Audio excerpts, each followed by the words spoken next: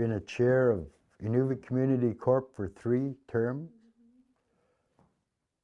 Twice I was vice chair of IRC, chair of Aklavik Community Corp, chair of Aklavik Hunters and Trappers, chair of Inuvik Hunters and Trappers. And I'm still on the boards. I still believe that it's a way I can help the people. But I was born in 1953 in Banks Island, somewhere in Banks Island. Them days they used to call it Banksland. My father's last year was 1953. He took us across. I was born in around a place called Lenny Harbor. We went across with the old reindeer, that schooner that was in Tuck. My father worked on the dew lines. We were Bar 2, Blow River. We were there for 3 years. My mom contacted TB, and we ended up going to the hospital. I was 4, going on 5, 1958. 2 years in Aklavik. My father was still working on dew lines at Bar 2. He had moved to Bar C, which is Inuvik, and we all moved there. And from there, we moved to residential school. I started going to Stringer Hall. I remember them picking up kids from Tuck with Nanook, and then picking us up with the schooner Nanook and bringing us to Inuvik. The dew line is distant early warning. After World War II, the Cold War, they set up dew line stations to detect if Russia's coming across. When we first went there, there was a dew line station every 50 miles. And then they changed it to 100 miles. Now they only got a few of them left. Pinmain, Wolf Creek, Tuck's one is still there, Bar 3. What was the atmosphere like at the dew line? So I've never been to one. Like, was it a little community? No, it was just the modules where the dew line workers worked, and there was about, I would say, 20, 30 people. There was an airport there, and we were in Bar 2 with Joe Teddy's family, Vince and Barbara and Rita and Rex. And we stayed there for about 2-3 years. And then when we moved to Bar C, my dad was alone. They had a small place that we lived in, and then my Aunt Winnie came and stayed down by the river. We got a ration from the dew line, food ration, but my father always set nets. He'd catch fish, and on Bar 2 he would hunt caribou. And when we went to Bar C, we couldn't hunt caribou because that was a reindeer preserve. But I remember him getting moose a few times. I was with him when he got a moose. But in Bar 2, we used to go up to the dew line modules, they called it, and watch movies. One day we were going to go back home, and there was a grizzly bear digging in the garbage right in front of us. My mom had a hell of a time holding us back because we were too curious. My dad and Joe snuck around the bear and went and got guns and shot the bear. It's the first time I ever seen a bear hunt, grizzly bear. But there was a lot of wildlife in Bar 2, lots, different Jaegers, lemmings. Seen a lot of wildlife there. And we'd go to Shingle Point, visit our relatives there. But every summer, my father would take us to the Delta, travel through the Delta with boats. We hit some rough water, boy, traveling. Lots of, they're shallow. You got to stay away from the shallow. You learn how to see the waves, how to recognize the shallow. and avoid that, because if you hit that shallow, you're going to swamp. And you avoid some parts of the river that are real deep and have really big waves. Most of the people just hug the shore and go back and forth. You can actually go from Aklavik to Inuvik without hardly even hitting rough water if you just go from shore to shore. So when I was a boy, they had schooners and at the most 18-foot canoes. My dad had a 35 horse with a 15-foot speedboat. We went from Blow River, always visited Ranger Station, and then over to Tuck. Every summer, and then my father moved back to Blow River. We went there a few times, and then back to Barcy. I remember my father taking us to Ranger Station from Barcy, and I was just a little kid, and he allowed me to drive all the way back.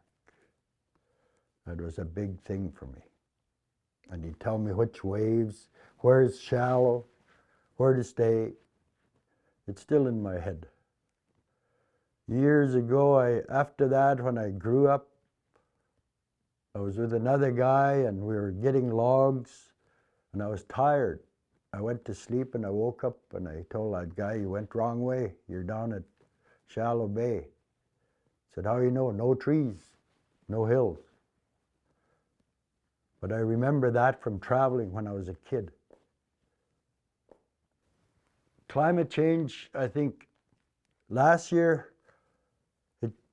water went way down, come way back up. It's really hard to judge it now.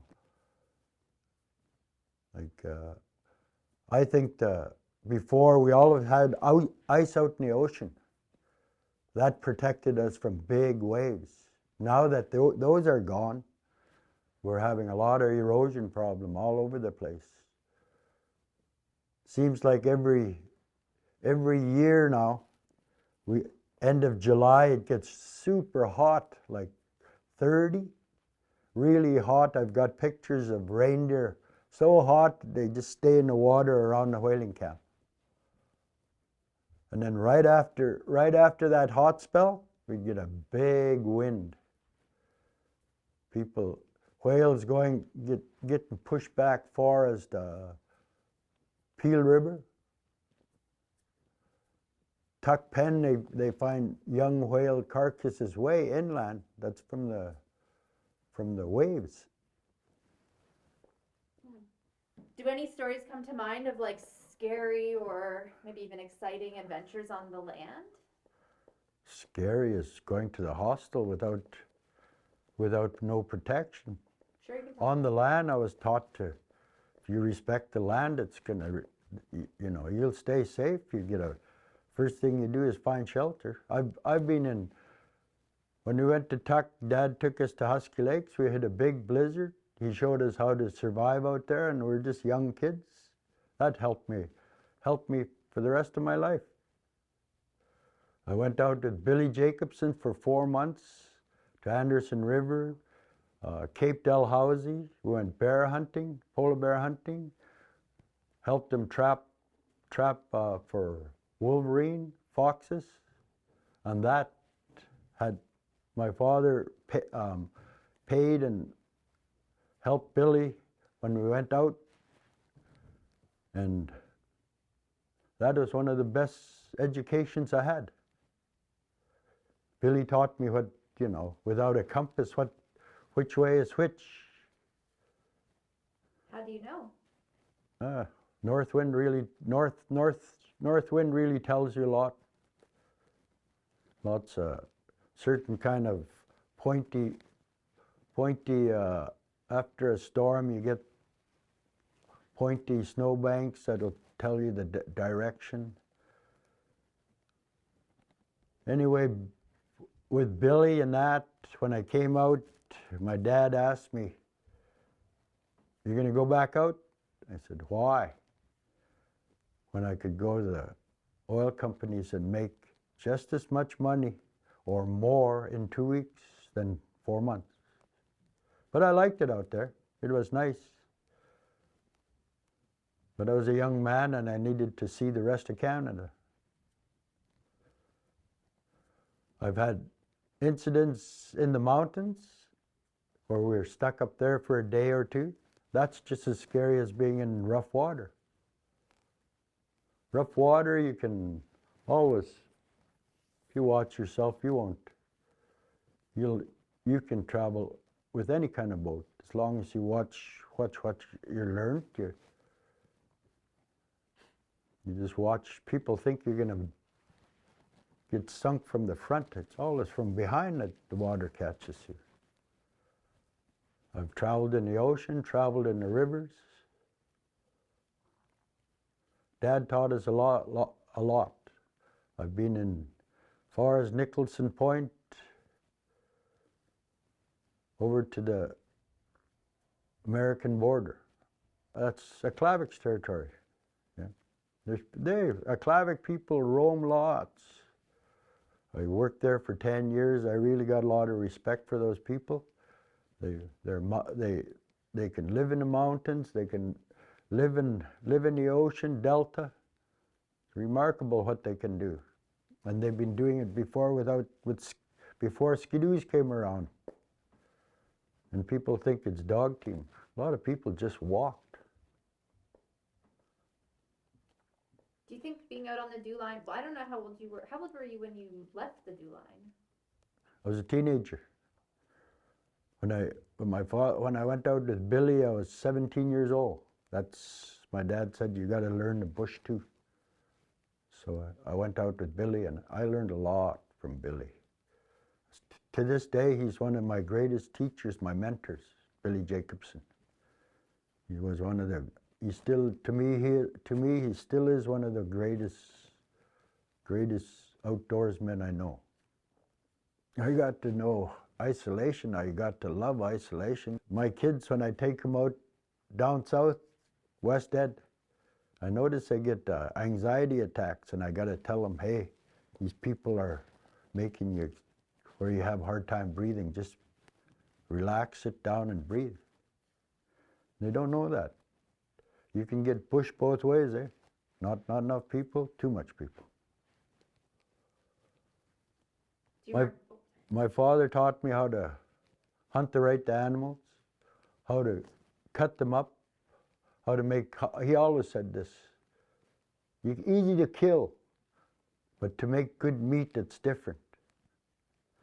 We went whaling every year, every summer. We still go to the whaling camps, get a whale. It teaches the kids lots. We do fishing there. They love herring. I raised my two boys and daughter out there. They still love going out there. I got a camp over at the whaling camp and then another camp around Sandy Hills that I go there just to relax, not to hunt, fish and relax, that's it. Do you remember when you were a kid, the first time you went to a big city? I was 20 years old when I went to Edmonton. You know what shocked me? 5 o'clock, it's dark in the middle of summer. I've never seen it before that. I've never seen it get dark in the summertime. Did you get any anxiety around all the people? No, I knew how to control it. I raised my kids in Aklavik. I got a job with the Power Corp looking after the power station there, and I stayed there for 10 years. The best thing ever happened to me. Those people in Aklavik are real beautiful people. They treated me and my family like one of their own. I still consider Aklavik my home, one of my homes. To be a true Inuvialuit, you got lots of homes. I got more relatives in this area than, got relatives in Tuk, Inuvik, Aklavik, Sax. Too, when you were when you were a kid at the dew line, did you understand about the war and what was happening and like the Cold War, or was it not really something the kids knew about? We didn't really know about it. We knew that you stayed away from the radar equipment, but it's still, you got a big playground like that, you're going to play anywhere you want. I climbed those towers right to the top since I was a little kid. I used to play tag on them with my brothers. Sounds dangerous. Were there military personnel there? Yes. Can you talk about that? Most of them were like, most of them treat us pretty good because they were out there for 6 months and they really missed their families. So we got along pretty good with them. And they would buy fish off us, swap fish for, they like flounders and conies. We'd swap for fresh fruit. Fresh fruit was real hard to come by them days. The best stories I liked is when we used to go out with there's one couple of times we went to my dad's family and my Uncle Charlie's family, and we went to Smoke River. Two families and hunt geese.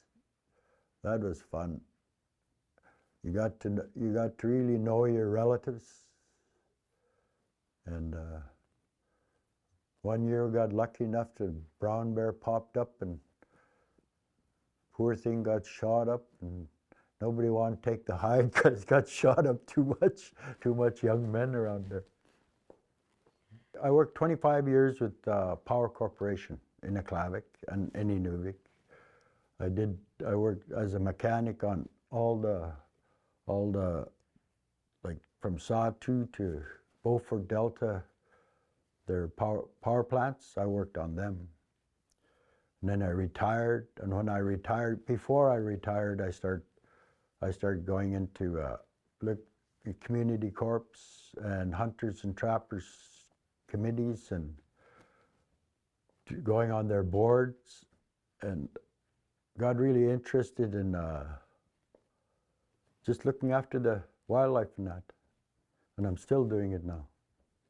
I'm a board director for FJMC, Fisheries Joint Management Committee, and the environmental. I like the environmental EISC, which is environmental impact, and an environmental review board. I like those two. To me, when I look at our lands, look at how much difference. You got mountain, you got delta, you got tundra, you go across, you got islands like Sax Harbor. You know, I got pictures. When I worked for the Power Corp, I took pictures, and it's amazing how different lands we can go through. Politic, like I traveled around Politic, that's beautiful. Tuck is, like I was raised up around Tuck. And springtime, you'd go to Toka Point to go geese hunting, or over to Husky Lakes to go fishing and geese hunting. Even hitchhiked to Husky Lakes one time. On the ice road, or? No, on a trail. There's a trail that goes to Husky Lakes. There was no ice road that time. They say we lost our identity. I don't think so. My people are very versatile. We adapt so quick, it's unbelievable. A lot of us lost the language, but we did the next best thing. We got to go back on the land and enjoy that land.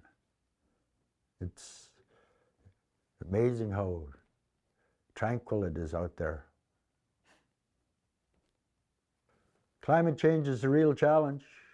We're getting eroded. We're getting new invasive species that are like, the fish are having a hard time with the beaver right now. There's too much beaver. We have to adapt to, there's ways to adapt to, like we could help the fish over the dams. We don't have to kill them off. Think of other ways besides killing. It's too easy to, the problem's too easy when you got to shoot an animal. Like you take fish that are stuck behind a dam. You hire some monitors to open up enough. I've seen pictures where you open up a dam and nothing but little fishes. That's what you need to do. For a couple of days, you let these people, let the fish over, and then walk away. They'll fix it themselves. But that's a start.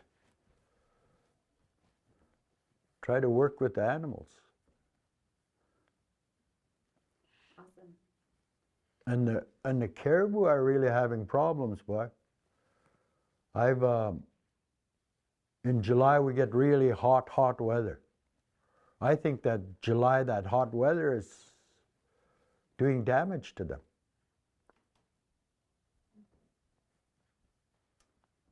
That's interesting. How'd you like to have a summer coat on, fur coat on, and it's 30 degrees? Yeah. Have you, are the numbers declining right now with the caribou up here? Porcupine herd is still healthy, but Bathurst is, they say it's not doing too good, but look at it. Porcupine got a mountain. They could go up there where it's nice and cool. These other ones, tundra ones, they got nowhere to run except the ocean. I've got pictures 2019, 2017 where reindeers go right to the ocean and won't even leave. You could almost touch them, walk to them. They're just too hot.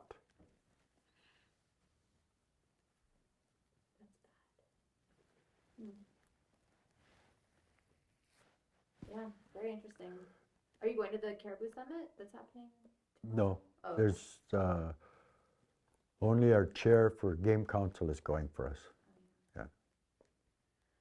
Cool, well, that was great. Anything else you want to share?